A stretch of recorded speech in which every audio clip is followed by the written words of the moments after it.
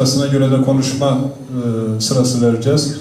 Şimdi konuşmasını yapmak üzere Yaşar Bey'den önceki federasyonumuzun değerli genel başkanı Sayın Vacit Kadıoğlu burada. Onu arz ediyorum. Buyurun başkanım.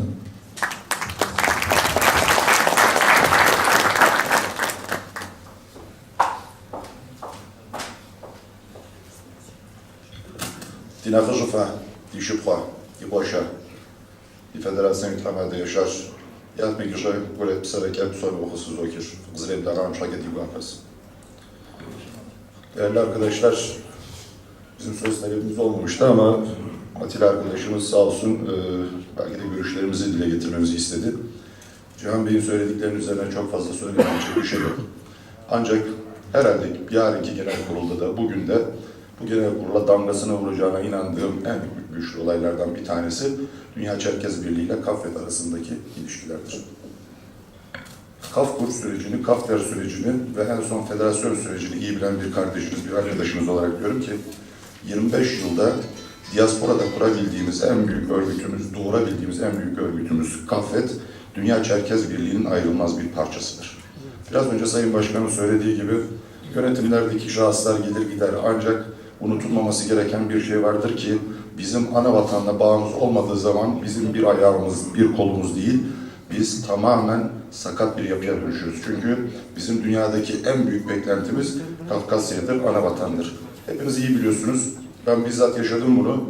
Rahmetlik büyüme dedeme, dede seni hacca mı götüreyim, Kafkasya'ya mı götüreyim dediğimde evladım dedi. Ben hacca gittim, geldim. Ölmeden önce bana bir atalarımızın vatanını, dedelerimizin geldiği toprakları bir göster demişti. Yani bu insanlar vatan sevgisiyle, o vatana ulaşamamanın acısıyla dünyalarını terk ettiler. Şimdi ana vatandan ilişkilerimiz son zamanlarda özellikle görülüyor ki hem ticari anlamda, hem siyasi anlamda, hem kültürel anlamda gayet güzel bir ivme kazanmış durumda. Benim naçizane olarak bütün yazılanları, çizilenleri Sayın Başkan'ın söylediği gibi ben de takip ediyorum. Zaman zaman biz de etten kemikten yaratıldık. Biz de duramıyoruz, bir şeyler yazıyoruz, yazmak zorunda hissediyoruz kendimizi. Buradaki usluplarla ilgili de sıkıntılar herkeste var, bende de var o sıkıntılardan ama benim naçizane önerim şu olacaktır, genel kurula da, delege arkadaşlara da. Kafkas Dernekleri Federasyonu Dünya Çerkez Birliği'nin kurucusudur. Ancak bu kuruluş 25 yılı geçmiştir. Yani bugün internette yazan arkadaşlarımız belki o zaman daha ikili, üçlü, beşli yaşlardaydı.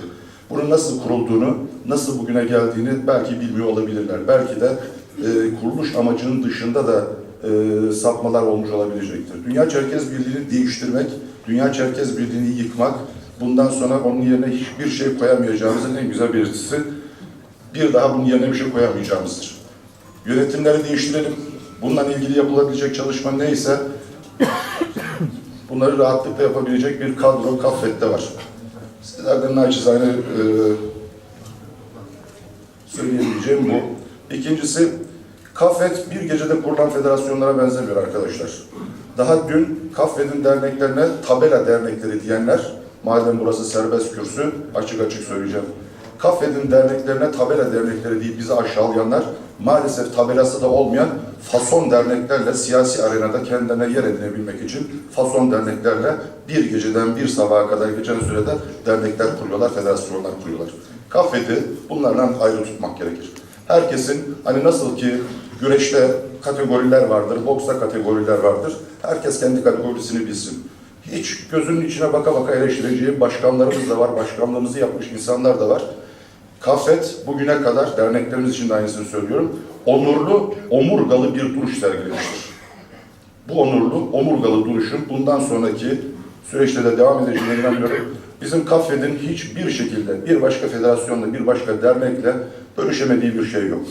Kimin ne amaçla kurulduğunu herkes kendi dünyasında yorumlayabilir, söyleyebilir. KAFED'i halk kurmuştur, halktan gelen bir taleple KAFED kurulmuştur. Ama onun dışında kendilerine KAFED'i yıkmayı ilke edinen, KAFED'i yıkmayı kendilerine ilke edinen insanlarla KAFED'in derneklerini hileyle, şerle bizden kopartıp kendilerine bağlayan insanlarla bizim hiçbir birlikteliğimiz olmaz. Birliktelikten bahsediyorlar. Birliktelik onurlu birliktelik olur. Onursuzca bir birliktelik olmaz. KAFED'i yıkmayı kendine ilke edinmiş olan insanlarla KAFED'in paylaşacağı hiçbir şey yoktur. Benim şahsi görüşümdür. Yönetimler istedikleri tavır sergileyebilirler. Söylenecek çok şey olsa da Geçen bundan önceki genel kurulda Adana Dernek Başkanımız o zamanki İsmail Bey'in söylediği bir laf vardı. Buzu ben kırayım demişti. Cihan abi sağ olsun buzu kırdı.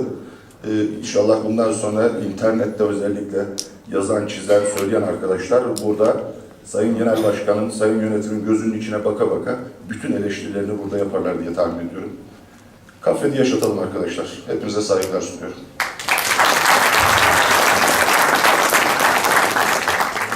Başkanımıza teşekkür ediyoruz. Ben tekrar misafirler geldikçe anons etmek istiyorum.